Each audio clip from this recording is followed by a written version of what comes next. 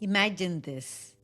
You run a mobile kitchen, one of those caravans that you park on a busy street corner, the kind where the smell alone stops people in their tracks.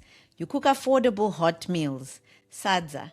You might know it as ugali in East Africa, and shima in Zambia, pap in South Africa, mai mule in Haiti, polenta in Italy, or grits in the American South. In Zimbabwe, we call it sadza. Whatever you call it, it's the same thing. Hot, filling, it's made from maize meal, and it has fed communities across the world for generations. You serve it with relish, a meat relish, something hearty that working people can count on every single day. You know your customers by name, your portions are generous, and business is going relatively well. And then one day you go on a short trip and a relative that's visiting you switches off the fridge and forgets to switch it back on. And just like that, all your meat stock is gone. Everything you invested, everything you worked for that week is gone. Now, here's my question to you. Is that a business problem or a risk management problem? Una Nyikadzino says both. And I think she's absolutely right.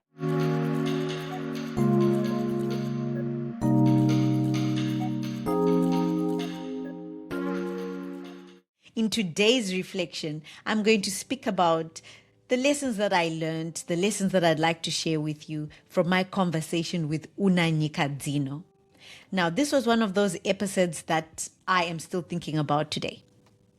Una is the founder of Standout, and she's the former executive director at Shrips Holdings Africa. She was the first woman to hold that role. She built the farm-style brand. She watched the brand die, and then she bought it back and resuscitated it. She knows something about risk. She knows something about resilience, and she knows a lot about what it really takes to build something meaningful in the African continent. But the moment in our conversation that I kept thinking about quite a bit after was when I asked Una, if you had a magic wand, what would you fix?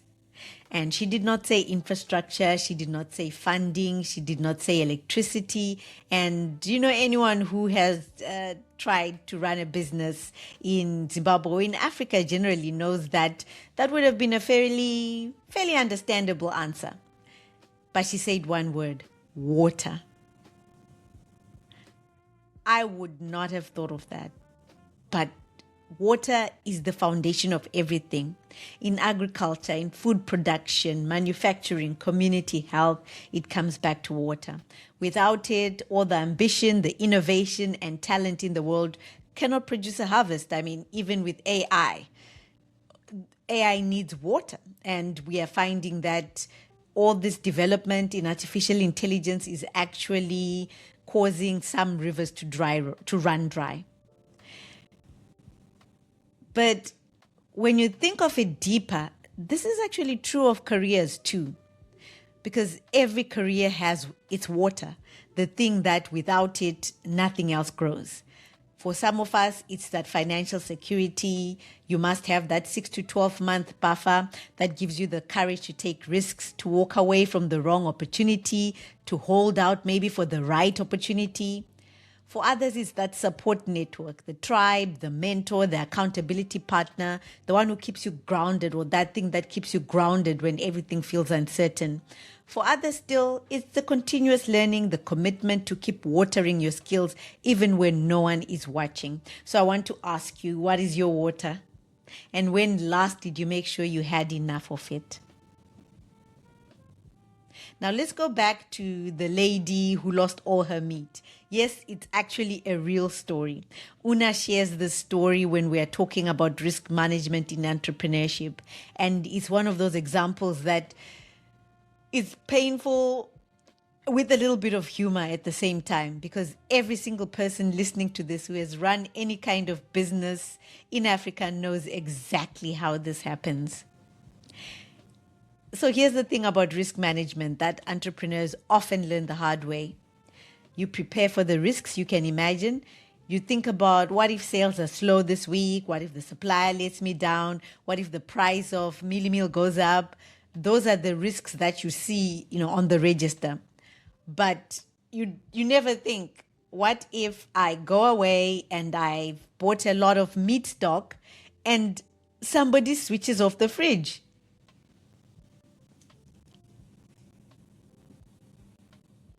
Nobody put that one in the risk matrix, and yet it's there.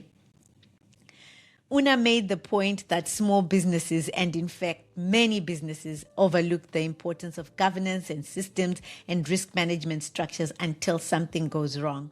Passion and hustle get you started, but the structures, the contingencies, the backup plans, those are what keep you going. And honestly, I have personal experience, not just from coaching others through it, but from living it.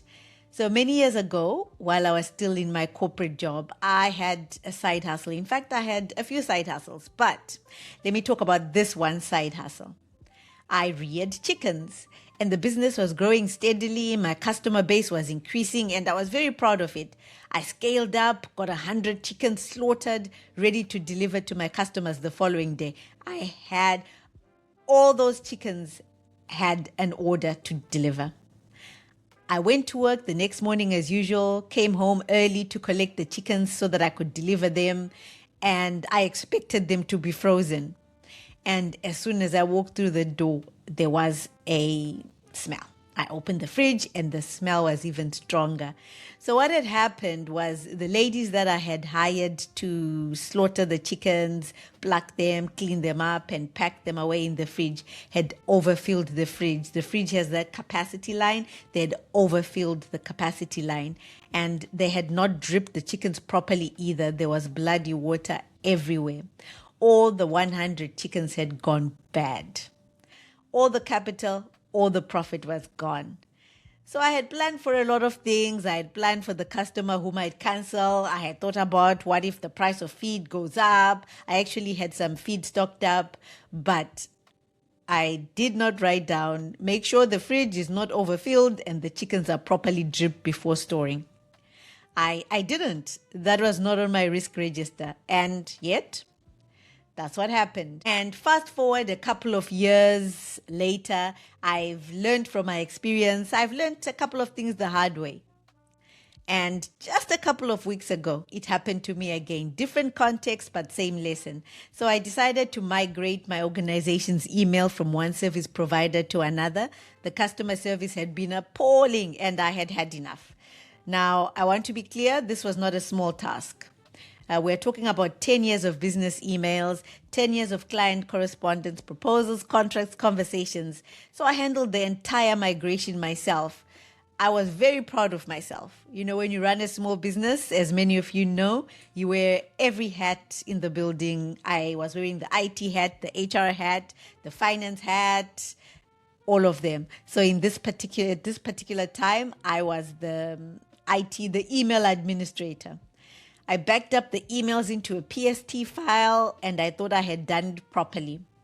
I then spent many hours on the phone, various call centers, each one giving me slightly different information. And this is now one of my greatest pet peeves. Call centers that give the wrong information. I got everything done, got my domain released, moved everything across to my new service provider, and I was very happy with my new service provider. This took me a whole week. A week later, I was back online, new provider, same email address. I was really genuinely proud of myself. A couple of days into this smooth transition, I went looking for an email I had sent a client in 2024, and it was not there. I searched. There was nothing. Panic mode now. It turns out the backup had only captured emails from January 2025 onwards. The Outlook folder I had backed up had been set to 1 year. 10 years of emails, and I had only saved 12 months of them. What followed was painful. Many more phone calls, more call centers. Eventually, I had to go back to the old provider, restore the account, restore the domain with them, rebuild the backup properly this time with reconciliation, email count checks, making sure the oldest email in the archive was actually there. I used ChatGPT to help me navigate some of the technical steps, and ChatGPT was very useful. Eventually, I got it done, but it cost me time, stress, and more hours on hold than I care to remember. So here the assumption was the risk. I assumed the backup was complete. I didn't verify. I did not check the oldest email in the archive before I pressed delete and moved on. I had done the work, but I had not done the checks and balances. Now, here's my take. This is not just an entrepreneurship lesson. I want to say that again. This is not just an entrepreneurship lesson. This is a career lesson, a life lesson. And if you are navigating a career transition right now, whether it's forced or voluntary, this matters for you too. How many of us have a risk management strategy for our careers? I'm not just talking about having a good CV. I mean, really thinking about what are the risks to my current position, my income, my professional relevance? What is my plan B? What is my 6-month financial buffer? Who is in my network that I can call today if I got the call tomorrow? In the humanitarian sector, where many of us operate on fixed-term contracts, where funding challenges are the weather, not the exception, we know things can change. We have seen reorganizations. We have lived through restructuring. And just last year, there was a big change, and I now have a webinar. As a result of that, I was getting all these texts from my previous clients, from a lot of people telling me my job has been abolished. We no longer have funding. So, many of us still, we have no risk management for our careers. I mean, how many of us have sat down and genuinely mapped our career risks the way a good entrepreneur maps their business risks? The Sadza lady earlier did not plan for the relative and the fridge. Most of us don't plan for the organizational restructuring, the sudden end of the funding cycle, the role that disappears because the priorities have shifted. And when that happens, just like with the meat, the loss is real and it hurts. But here's the thing. You can plan before the fridge gets switched off. You can plan before the post gets abolished. Let me give you 3 practical things inspired by Una's conversation. And if you have not yet listened to my conversation with Una, please do go. It's one episode back. Please do go 1 episode back in this playlist and listen to it. So here are the 3 practical things that you can do today to start managing your career risks more intentionally. 1, map your risks honestly. Take 15 minutes this week and ask yourself, what are the real vulnerabilities in my current career position? Is my role heavily dependent on one funder? Is my skill set specific to one sector? Is my professional network thin in the places that matter most? You cannot manage what you have not named. Write it down. And at HUMHR, we have this framework that we use. It's called Yesterday, Today, and Tomorrow. If you join our webinar, which is Design Your Career with Intentionality, we have these webinars monthly. If you join one of our webinars, we take a deep dive into that framework. There is also in season 1 of the episodes, I talk about this framework. Okay, let's move on to the second practical thing you can do. Build your reserves. Una talks about governance and structure in business. In your career, your reserves are your buffer, financial, relational, and professional. Financially, work towards that 6 to 12 months emergency fund so that a sudden job loss does not force you into a bad decision. Relationally, invest in your network before you need it, not when you are already in crisis. Professionally, keep your CV current, keep your LinkedIn active, and keep developing skills that are transferable beyond your current role. 3, this is the third takeaway, third action plan, third practical thing that you can do today. Have a plan B that you actually believe in. Not a vague, I'll figure something out, a real plan. Una walked away from a 20-year corporate career because she had built something to walk towards. She had I Stand Out, she had farm style, she had a vision. You do not have to leave your career to have a plan B, but you do need to know what it looks like. Is it consultancy, a portfolio career, a pivot into a different part of the sector? Know your exit before you need to use it. The Sadza lady is still in business, by the way. I know this because Una still buys from her, generous portions and all. She lost the meat that week, but she didn't lose the business. And she also had a relational reserve because Una actually helped her restock. So she adapted and she continued. Manage your risks, know your water, build the structure. And when the unexpected happens, and in the sector, you know it will. You will not just survive it, you will continue building through it.